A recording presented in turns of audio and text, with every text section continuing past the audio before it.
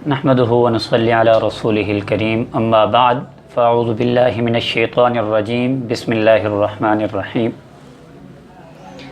فيه رجال يحبون ان يتطهروا والله يحب المطهرين صدق اللہ العظیم۔ کل کے درس میں قضاء حاجت کے سلسلے میں کچھ آداب عرض کیے تھے، تو آج اسی سلسلے کو ہی آگے بڑھاتے ہوئے استنجے کے متعلق آداب اور کن اشیاء سے استنجا ہو سکتا ہے، کن اشیاء سے استنجا نہیں کیا جا سکتا، تو اس سلسلے میں کچھ باتیں عرض کی جائیں گی۔ استنجا کے اندر تین پہلو ہیں استنجے کے متعلق۔ ایک یہ ہے کہ صرف پانی کے ساتھ استنجا کرنا، اور دوسرا صرف ڈھیلوں کے ساتھ استنجا کرنا، اور تیسرا ڈھیلے اور پانی دونوں کو استنجے میں استعمال کرنا۔ پہلی دونوں صورتیں جائز ہیں، صرف پانی کے ساتھ استنجا کرنا جائز، صرف ڈھیلوں کے ساتھ استنجا کرنا جائز، لیکن یہ تیسری صورت افضل ہے کہ ڈھیلے بھی استعمال کیے جائیں اور اس کے بعد پانی سے بھی استنجا کیا جائے، کیونکہ اس سے خوب صفائی ہوتی ہے۔ اور اللہ پاک نے مدینہ طیبہ کے قریب مسجد قباء کے پاس رہنے والوں کی تعریف فرمائی ہے، فیہ رجال یحبون ان یتطہروا، کہ اس بستی کے اندر ایسے بھی مرد ہیں کہ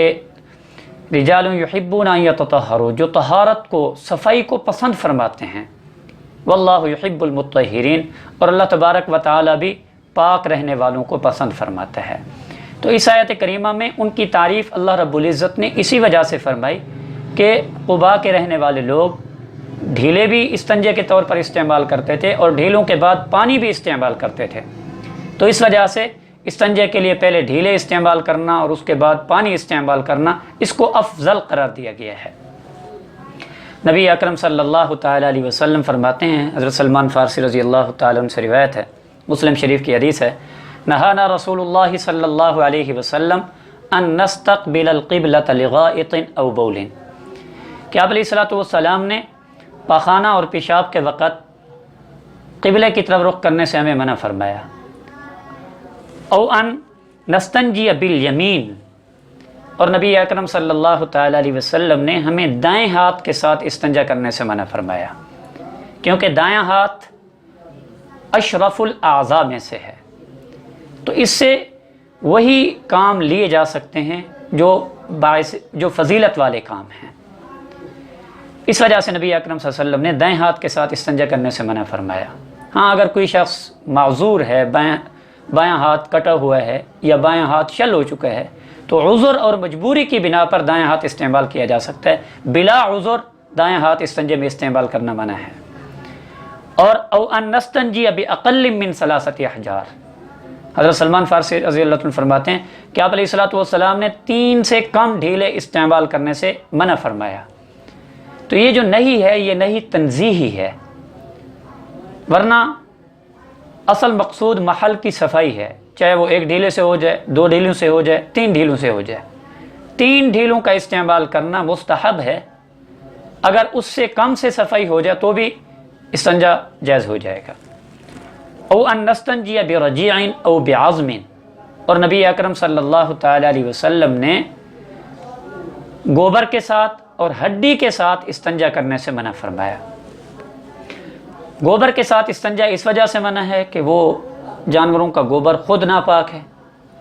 تو ناپاک چیز سے پاکی حاصل نہیں کی جا سکتی۔ اور ہڈی کے ساتھ استنجا کرنا اس وجہ سے منع ہے کہ ہڈی کو نبی اکرم صلی اللہ علیہ وسلم نے، ترمذی شریف کی حدیث ہے کہ یہ جنوں کی خوراک ہے، اور جو اللہ کی مخلوق کی خوراک ہو اس کو بھی استنجے کے اندر استعمال کرنا منع ہے۔ اور دوسرا، محدثین نے اس کی وجہ یہ بھی بیان فرمائی ہے کہ ہڈی جو ہے وہ اس کو نوکدار ہوتی ہے، انسان اگر اس کے ساتھ استنجا کرنا شروع کرے گا تو اس کی کوئی نوک جو ہے جسم کے اوپر لگ جائے گی، جس کی وجہ سے زخم کا اندیشہ بھی ہوتا ہے۔ تو اس وجہ سے ان 2 وجوہ کی بنا پر نبی اکرم صلی اللہ تعالیٰ علیہ وسلم نے ہڈی کو استنجے میں استعمال کرنے سے منع فرمایا ہے۔ اور ایک اور حدیث نبی اکرم صلی اللہ علیہ وسلم فرماتے ہیں حضرت ابو ہریرہ سے کہ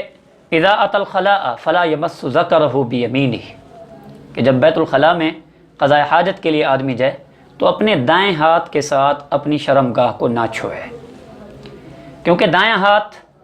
وہی اشرف الاعضاء ہے اور اس سے فضیلت والے کام کیے جا سکتے ہیں، یہ ایسے حقیر کام دائیں ہاتھ سے نہیں کیے جا سکتے۔ اور ولا یتمسح بیمینہ، نبی اکرم صلی اللہ تعالی علیہ وسلم نے دائیں ہاتھ کے ساتھ استنجا کرنے سے بھی منع فرمایا، اس کی وجہ بھی میں نے آپ کو پیچھے بتا دی۔ اور ایک اور حدیث نبی اکرم صلی اللہ تعالی علیہ وسلم فرماتے ہیں، حضرت انس سے ہے کہ کان رسول اللہ صلی اللہ علیہ وسلم یستنجی بالماء، کہ نبی اکرم صلی اللہ تعالی علیہ وسلم نے پانی کے ساتھ استنجا فرمایا کرتے تھے نبی اکرم صلی اللہ تعالی علیہ وسلم۔ تو یہ استنجے کے آداب ہیں کہ کن چیزوں کے ساتھ استنجا ہو سکتا ہے۔ جیسے میں نے بتا دیا کہ ڈھیلے استعمال کرنا اور اس کے بعد پانی استعمال کرنا یہ افضل ہے، اور آج کل کے زمانے میں جدت ہے تو اس اعتبار سے جیسے ٹیشو پیپر کے ذریعے پیشاب پخانہ کر کے محل کی صفائی کی جا سکتی ہے، تو یہ بھی استنجے کے حکم کے اندر داخل ہے۔ اس سے بھی استنجا والا جو ہے حکم جو ہے وہ ادا ہو جائے گا، استنجا صحیح ہو جائے گا۔ ٹیشو پیپر کو بھی اگر استنجے کے طور پر استعمال کیا جائے۔ اللہ رب العزت سے دعا ہے کہ اللہ تبارک و تعالی ہم سب کو دین کی سمجھ بھی عطا فرمائے اور دین کے اوپر عمل کرنے کی بھی توفیق عطا فرمائے۔ وآخر دعوانا الحمدللہ رب العالمین۔